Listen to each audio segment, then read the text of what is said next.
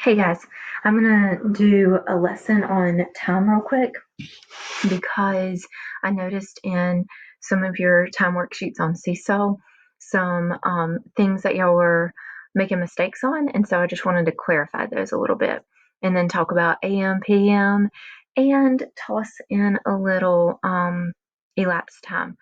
So we are going to first just review the basic clock skills that I'm sure a lot of y'all know.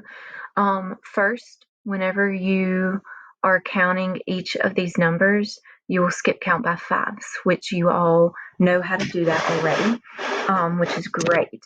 If you notice, you have these little notches in between those numbers. And if you were to count them, 1, 2, 3, 4, 5, that's how you get the 5. And then 6, 7, 8, 9, 10.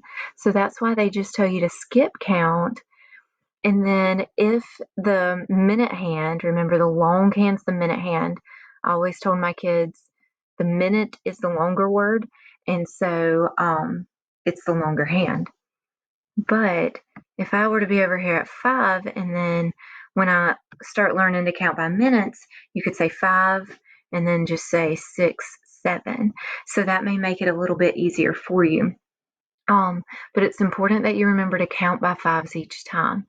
And when you get all the way around here, so this would be 45, 50, 55, this isn't 60, but it actually goes to the very next hour, so it would be the 00. It begins a new hour, so keep that in mind. This, of course, is your hour hand. The hour hand, the word hour is only 4 letters, so it's the shorter hand, and it's the shorter word. So hour is a short word, shorthand. Minute is a long word, and it's the long hand. So that might be a way for you to remember that. This line that they have here is just the second hand. It takes 60 seconds to go all the way around, which is 1 minute. And some clocks have this and some clocks don't. So it won't always be there. The clock in my classroom does. But if you, let me go back to here.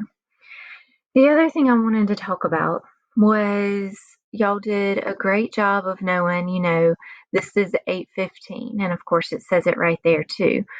You would know 8:20, 8:25, 8:30, 8:40, 8:35, I'm sorry, 8:40, 8:45. But do you notice what the hour hand is starting to do? It's getting very close to this 9. And what a lot of kids wanted to do when it was 8:45, 8:50, and 8:55, they would actually want to say that it was 9:55 when it's really not. It is just incredibly, incredibly close. Now, if we were at school, I would have you take your pencil and continue this line out. Wait a minute, I don't want that to all change. I would have you take this line and go completely out. And if you notice, it's not to the 9 yet. So you would be able to see, oh, it's still 8, but 8:55. So be very, very careful with those. When it's 8:45, it's very close. 8:50, it's even closer to that 9. 8:55, it's even closer, but it's still 8:55. It's not to the 9 yet, so you cannot say it's 9:55. If you're looking at an analog clock, which is this clock, I mean, it's within 1 minute of being right at the 9. So you have to think about that and kind of backtrack a little bit. So keep that in mind as well. Just be very careful when when the minute hand is anywhere in this area of the clock, and be sure to kind of draw your imaginary line out and see. And on the seesaw activities, and even when you're doing your Kami activities, you can actually draw your line here. I don't care if you draw it on there so that you can make sure, oh, it's not to that 9 yet. And Miss Les said if it's not to that 9 yet, then I can't say it's 9 o'clock as the hour. So keep that in mind too. The next thing I wanted to talk about before I talk about elapsed time is AM and PM. In the United States, on your plans, I do have a video for you to watch, a short little YouTube video. But in the United States, we do our clock not on a 24-hour clock, but on a 12-hour clock. So we have AM times and PM times. So from midnight when you are asleep is when it changes to AM. So at 11:59, right here is still PM. But when it changes to 12 o'clock midnight, it'll change to AM. So you've got AM here, and then it stays AM until about lunchtime.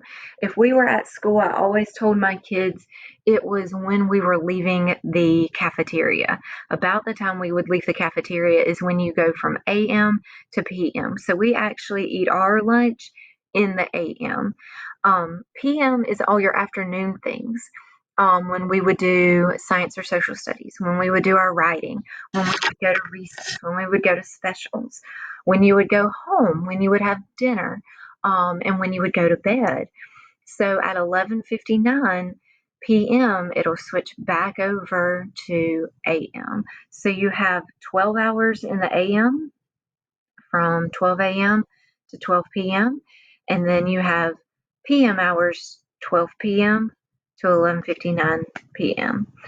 So just keep in mind, AM is your morning times and PM is your afternoon, evening times. So what I wanted to do was just do this quick little sort, and I'm still there. So when you wake up to go to the school, is that AM or PM? Well, you're waking up in the morning, so that would be AM. You are riding your bike after lunch. Remember, lunchtime's when it starts over with PM. So that when you're riding your bike after lunch, that would be PM time. You're putting on your shoes before going to school. So if it's before you're going to school, that would be in the morning and when you're getting ready. So that would be AM. When do most businesses open? Okay, they probably open sometime while you are at school. I know some restaurants would open more at lunchtime and in the afternoon, but I think they mean businesses in general. So you wouldn't open up at night because that wouldn't give many people time to shop. So most businesses do open up in the AM during the morning time. You are walking your dog before dinner. You have your dinner at night, so the evening time would be PM. So we would click PM. You are going for a swim before lunchtime. So think about during the summer. We know 12 o'clock starts the PM time, the afternoon time. So if it's before lunch, it would actually be AM in the morning. Okay, we just have a few more, I think 4 more. You go outside to see the sun set. Now, if the sun is rising, that's in the morning. If the sun is setting, that's in the evening. So if it's in the evening, it would be PM. When do most businesses close? Well, if they open in the AM, then they probably close in the PM. You are putting on your shoes before going to school. Your keyword is before going to school. So you go to school in the morning, so it would be in the AM. You're watching the evening news. So there's your keyword, evening.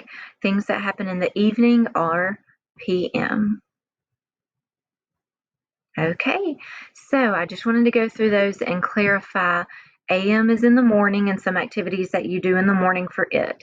PM is in the afternoon, and we gave you some examples of when you do those activities in the afternoon and evening time. The last thing that I wanted to show you was if you were talking about elapsed time. This one's a little harder. This is not anything that I grade for second grade. Some kids are just ready for this, and some kids like to know what time they're finished with things. So like this is great for your 15-minute reading time. If you like to cook with your parents, like baking, you probably need to know this and how long to keep things in the oven. How long a trip may take. Kids like to know that. So if your trip is 4 hours, what time would you arrive? Those kinds of things. Elapsed time is what time will it be from start, what time will it be in the finish? And so let's say, we'll just start off here. Let's say it's 9:10 in the evening and I'm baking some cookies and the cookies need to stay in the oven for 25 minutes. Okay. What I would do is this would be my starting point. I wouldn't come back up here and start because my minute hand's here. So I want to keep going and add on 25 minutes. So I would say 5, because it's still 5, 10, 15, 20, 25. And if you look, oh wait, no, it didn't do that.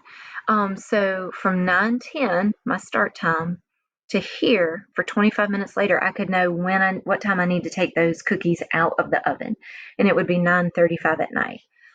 Let's say you leave for a trip. I'm trying to, actually, I think I can switch it this way. Oh, no, I can't. I'm wanting to get to AM. So I'm sorry, I don't know of an easier way to do it. Okay, so let's say we leave for a trip. Let's say we head to Charleston at 8:45 a.m., which would be in the morning. So I'm leaving for a trip to Charleston. Charleston takes about 4 hours to get to. So I'm not going to deal with the minute hand. I'm going to actually deal with the hour hand because it's just 4 hours. So I could take my hour hand and just move it. I'm at the 8 now, so I would go 1 hour, 2 hours, 3 hours, 4 hours. So in 4 hours, it'll be 12:45. And you can easily just use your fingers too to add the hours. The hours are pretty easy. It's when you get in with the minutes that it can be confusing, especially if you switch over to a new hour. So let's say we do arrive in Charleston at 12:45, but then we take, I don't know, 45-minute lunch break. We stop for lunch as soon as we get there, and it takes us 45 minutes to eat. I didn't say hours, I said 45 minutes. So I would need to use my minute hand and count 45. So I'm going to use this clock and I'm still going to count by fives because these are fives. I wouldn't start here, but I would say 5, 10, 15, 20, 25, 30, 35, 40, 45. Whoops, sorry. 45. So the interesting thing was we started at 12:45. Well, now because we crossed over this hour over here, it took me to 1:30. So those are a little bit harder that you've got to think, did the hour change? If I am anywhere up here and I'm adding minutes, do you see how once I get to the 12, it's going to change to 2 o'clock? And then if I were to go around again, once I get to that 12, it's going to change to 3 o'clock. So whenever you are doing elapsed time and seeing how long it'll take for something to finish, make sure that you're careful when you've got to cross to a new hour. So when you are thinking through activities that are just minutes, you can just change your minute hand. When it's hours, that one's easy. You can probably just use your fingers, start with the hour over here, and then add however many hours it is. There's one other thing, and this time actually reminded me. Last thing, just like when we talked about money, you had a decimal here. Well, for time, you have the colon. So you have like the 2 dots, one above the other. And it is on your computer beside your L. But you have this. Do you see how this doesn't say 3, 2? everything has its place value.